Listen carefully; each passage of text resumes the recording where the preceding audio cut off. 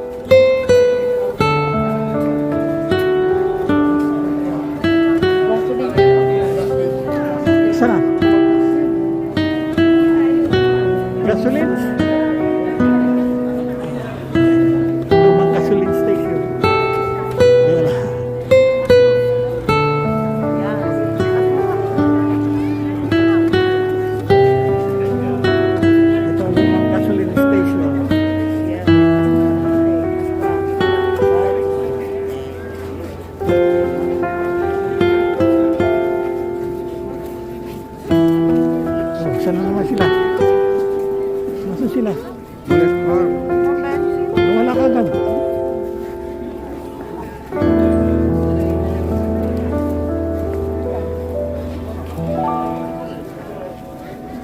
Ano yan?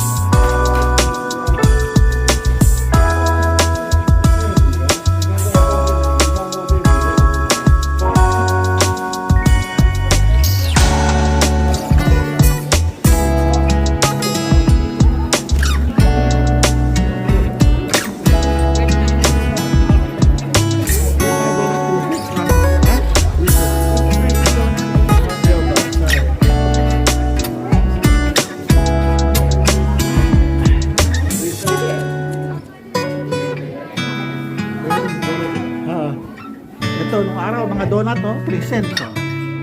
Kaya, mga tinapay nung araw, mura lang. How cheap is the donut before? 13 cents. Donut. Ha? Ito yung mga tinapay nung araw, magkano? Ayan lang, halaga. They're not real. They're just toys. Mga tinapay. Bakery. I haven't gone in here. Let's go get more. See? They're just toys. Yung mga til. Ha?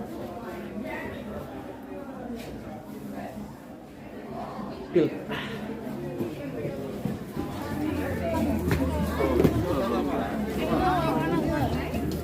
Cupcake, 35 cents.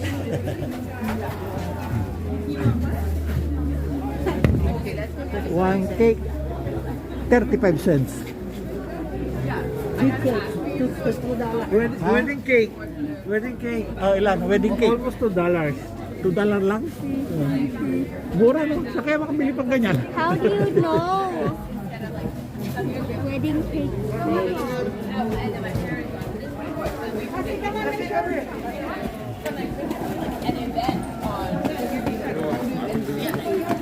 But yeah, we were sitting like 12 hours. Hey, magic. I'll tell you what I'm going to do. I'm going to move on from this ball. I'm going to attempt to get a little bit more complicated and a little bit more complex. Because I've found... But if you get confused, don't worry, because I've found that if a group of sophisticated people like yourselves, if you guys just focus, if you concentrate, it will all become. Finish off the 3-ball section of my show. Oh! Nice one. As I'm sure you'll see, but let's try instead the hard way to stop. Oh! There we go! And that's a 5-ball juggle to start off the show. But I've found that most professional performing jugglers do not call these things shiny holiday juggling things. Nope, they usually call them juggling clubs. I think that's pretty boring. I prefer shiny holiday juggling things. But I will say this, I'll give them credit. Those jugglers, the purists who insist on calling them by their right name clubs, they are the ones doing the really hard juggling tricks, the really flashy ones too. Like maybe they take them all, okay gosh, maybe they set one on the ground and nobody notices because of the cleverness of the juggler. Maybe, yeah, maybe they take them all and throw them behind their back, just like that. Maybe they flourish them in the middle of the air, just like that. Maybe they do a little kung fu style juggling, just like that. Maybe they pass them back and forth underneath their legs, just like that, before finishing up by putting each one on their face in a momentary balance before ending in a dramatic pose. Just like that. Now, thank you, but I'm not going to do that. No way! No, those tricks are hard. No, let's try something else. Let me see. Right here, on the count of 3, toss me the small child. Toss that baby over here. I'm going to juggle that baby right here.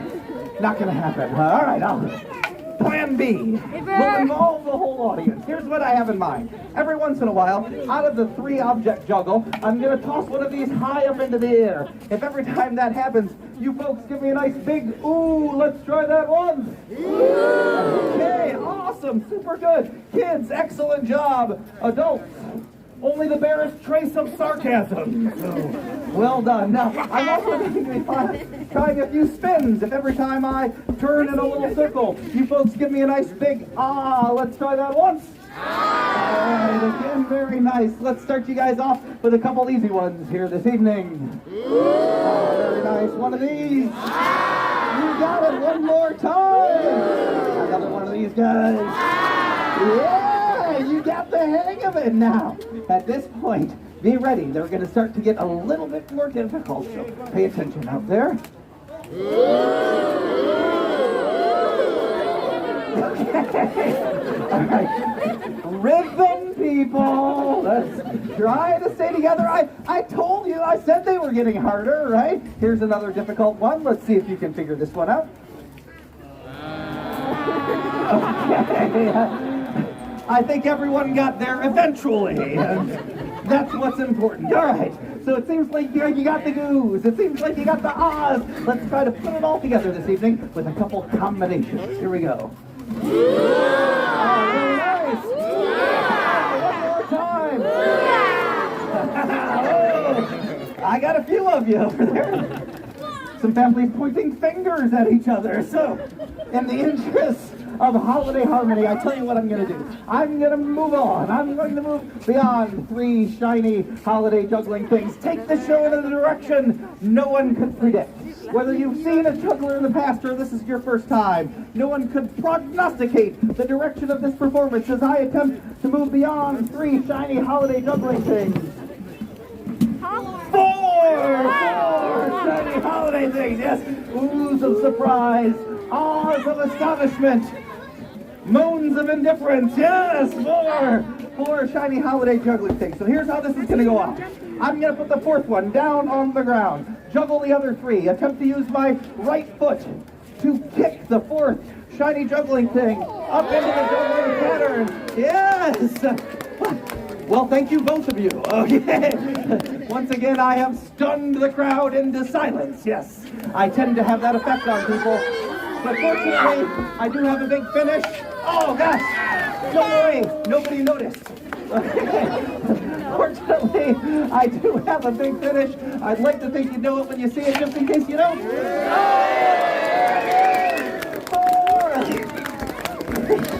4 shiny holiday juggling things. So now you can see where this is headed, right? I did 3, I did 4, really quickly. For everyone that wants to see 5, there they are. So, I do have a pretty good finale to this show, if I do say so myself, but before we get to that, I'm going to actually go ahead and pull out a kind of unusual juggling prop, and this is one I think that many of you may not have seen before. I'm going to try a couple quick stunts with this thing right here. Now, has anyone seen this juggling prop before? No. A couple of you have, most of you haven't. Okay, so if you haven't, oh hey there, little one. Watch out, can you back up there a little bit? Yeah, because it's a live show. Anything could happen. Yeah, so just back up a little bit there. Cuidado. Xiaoxini, yeah. Okay, that's the other way. All right, thanks, Dad. I appreciate it. I'm glad I was out of languages there. That's all I had. Okay, so if you haven't seen this thing before, this is a 3,000-year-old Chinese juggling toy. I mean, not this one. This one is like 3 years old, right? It's, it's rubber, it's got LEDs, but the idea, the concept of this juggling toy is several thousand years old, and it originated in China, that's true. Somewhere along the line, it acquired a Spanish name. I'm not sure how that happened exactly, but it's now called the Diablo. Now, here's one 3,000-year-old trick the Diablo can do that looks really nice. But there's more. Here's another 3,000-year-old trick the Diablo can do that looks really nice. Looks a lot like the first trick, I know. Here's another 3-year-old trick with the Diablo that I invented that really does not look nice at all, right? But, of course, no, all together or not at all, people? All together, good choice. Okay. Thank you, but of course not every trick that you do with the Diablo has to look really nice. No way, some tricks surpass mere surface beauty, go on to achieve an effect that's truly magical. Yes, ooh is the correct response. You've done this before, I can tell, but there's an old show business saying. They say that a magician never reveals their secrets, right? But fortunately for you folks, I'm not a magician, that's right. I'm a juggler, so I really don't care. I'll explain these things all day. Now that last trick, the string climb, is caused by the simple fact that Diablo is spinning incredibly rapidly down there on this string. Scientists call it a gyroscope. Now that sounds like a fancy word. Tough to understand, but it's really actually very simple. Gyroscope, from the Greek, two parts. Scope, meaning target, and gyro, meaning meat sandwich. Yes. So you can see how it got its name. But all that means is like a yo-yo, it spins to stay balanced on the string. And I'll show you another trick that'll demonstrate that. A trick we jugglers like to call cat's cradle. Yeah, sure. Thank you. And a word of advice. Do not try that with an actual cat. No.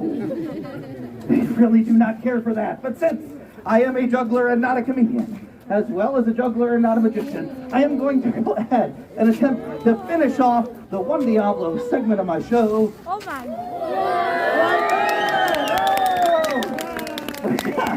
Thank you, but I think it's the pose more than the trick that really sells that one. But that's okay. I'll take it where I can get it. Now, as I said, I am going to finish things up in a couple minutes with a pretty good trick. But now, since we got a little bit of time, and since you folks seem like you're in a good mood here this evening, I'm going to go ahead and attempt to run two of these Diablos on one string. And it's you. That's right. It's kind of puzzling, really. If you've never seen it done before, it's like, how would I do two Diablos on one string? Any ideas? Any guesses?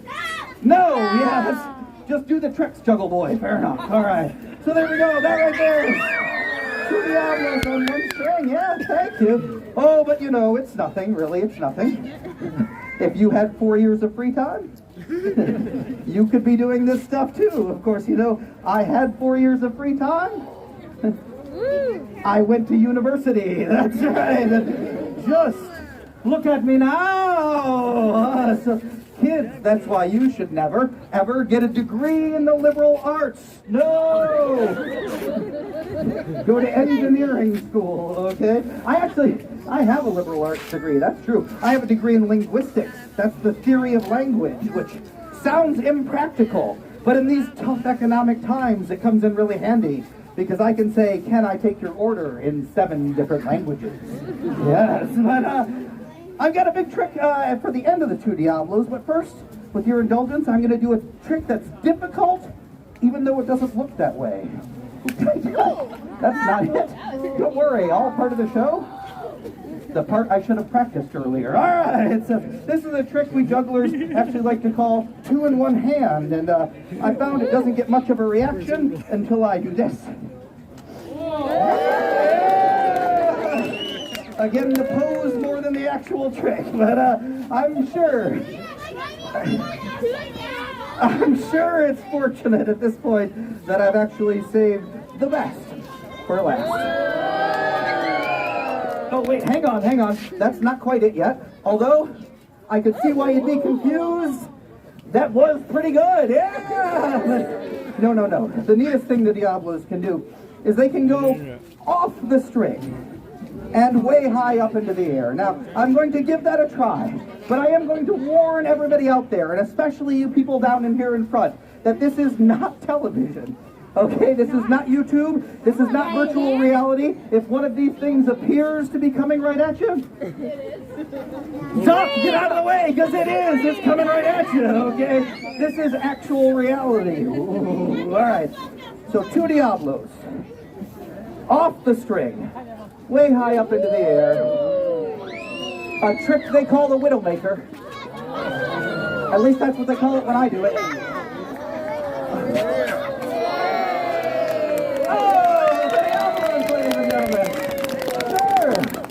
Oh gosh, thank you very much. Okay, so if you guys are ready for one last big trick.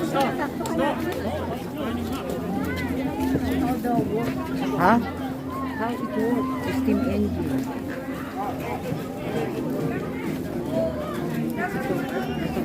Ayos ito. Yung steam?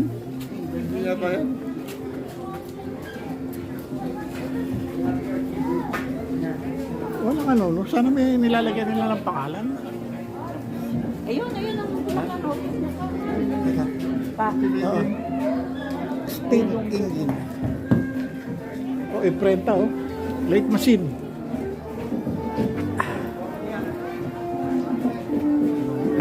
Ito yung ano ng araw.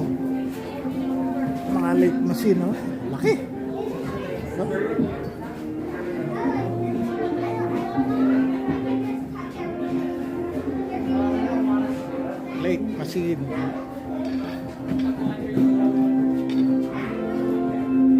steam engine. Steam engine.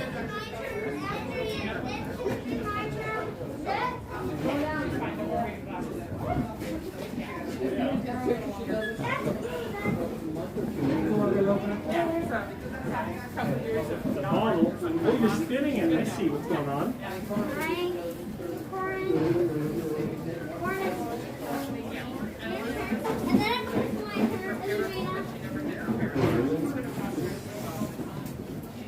The steam goes in, I think, on the red spot.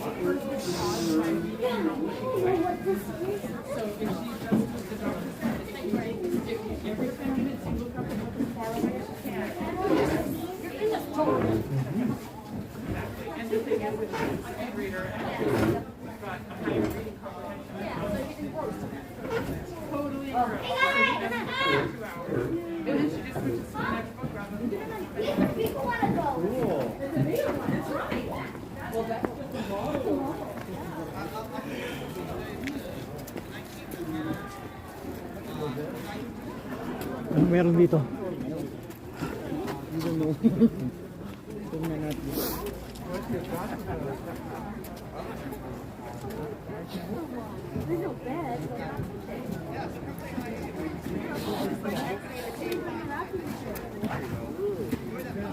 Ano yan? Barn house?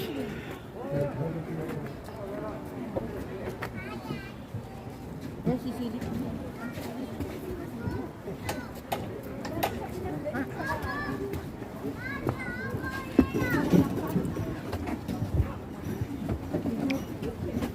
Oh.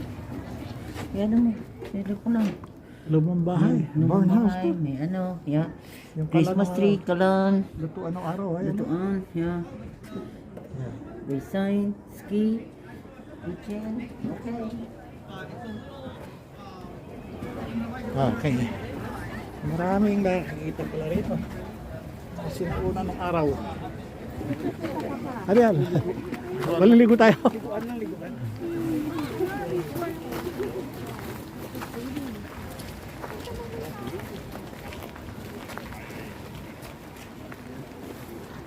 Kung sa Pilipinas yung palabas na yun, marami na nadukutan. Wala ba? Sa Quiapo. Yun lang nagtitinda ng gamot doon eh. Yung ahas-ahas? Oo.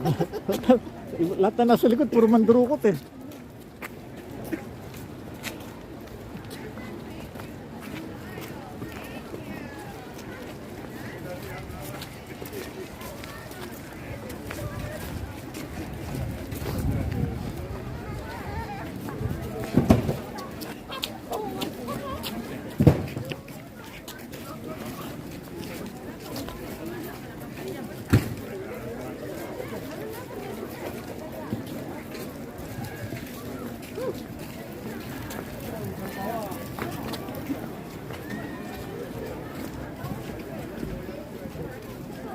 Lumang bangko.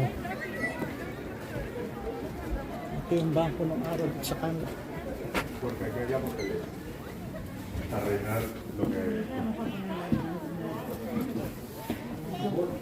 Hindi na ako pasok dyan, di ba? Hindi, pwede. Eh, dito yung bolt ko naman dito. Office ng presidente.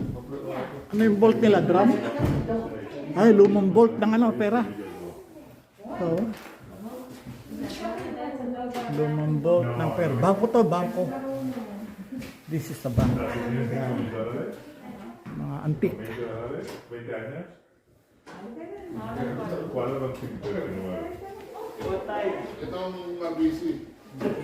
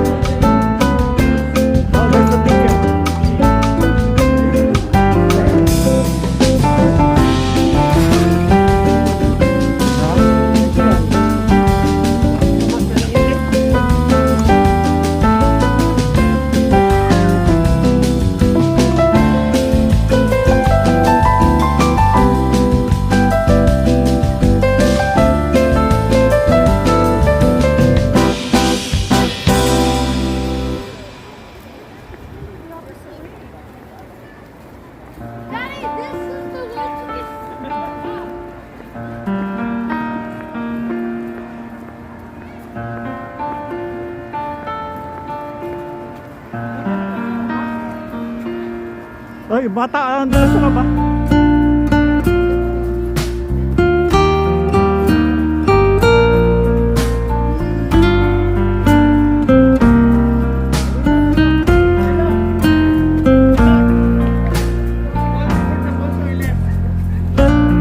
Ano ba ito? Ganyan, ganyan. Saan? Toilet?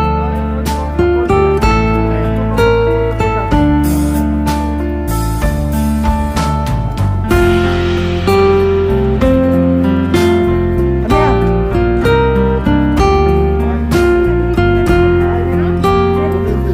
Para si Marcelo del Pilar naman dala.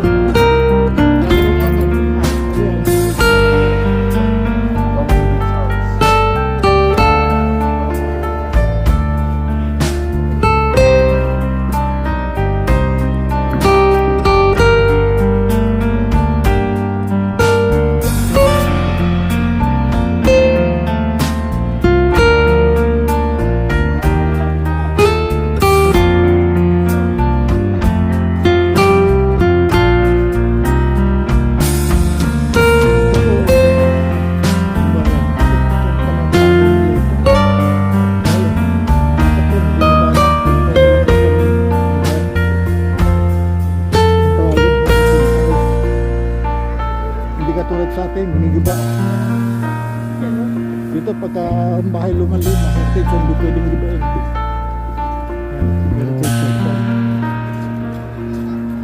Lahat yan, pinasok natin, puro heritage house yan.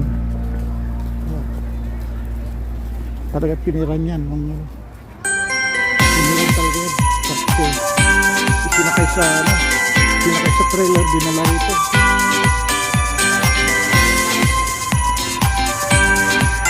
Binihan.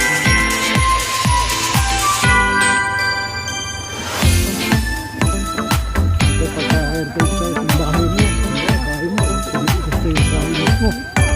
Biniba mo, ito, problema sa gobyerno. Dapat ibenta mo sa gobyerno mo, hindi gibain. At gagamitin nila, katulad na. Nila rito. Ipakita sa mga tao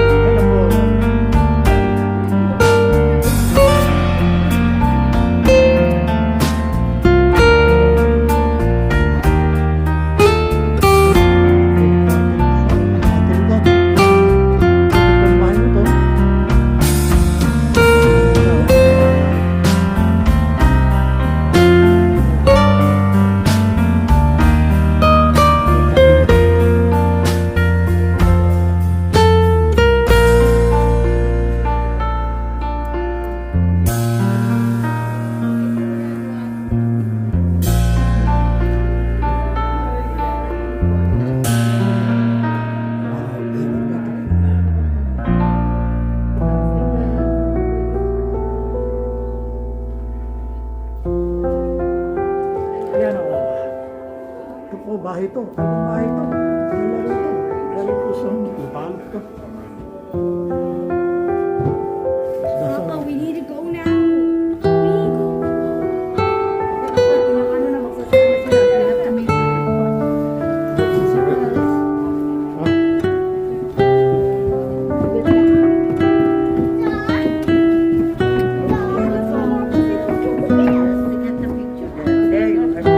Okay, let's go.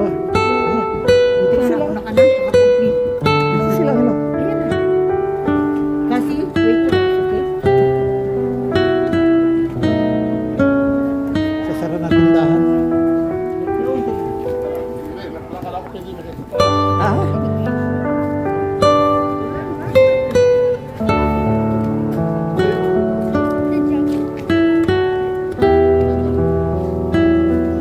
Hindi na pinakita yung taas. Spray na lang.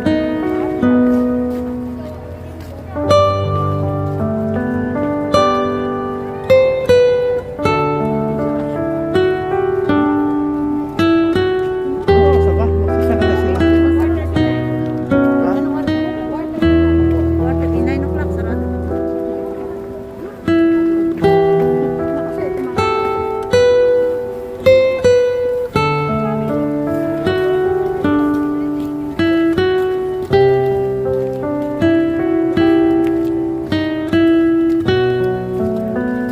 Mahaba to, ano? Baka di na lang pumasok sa ano.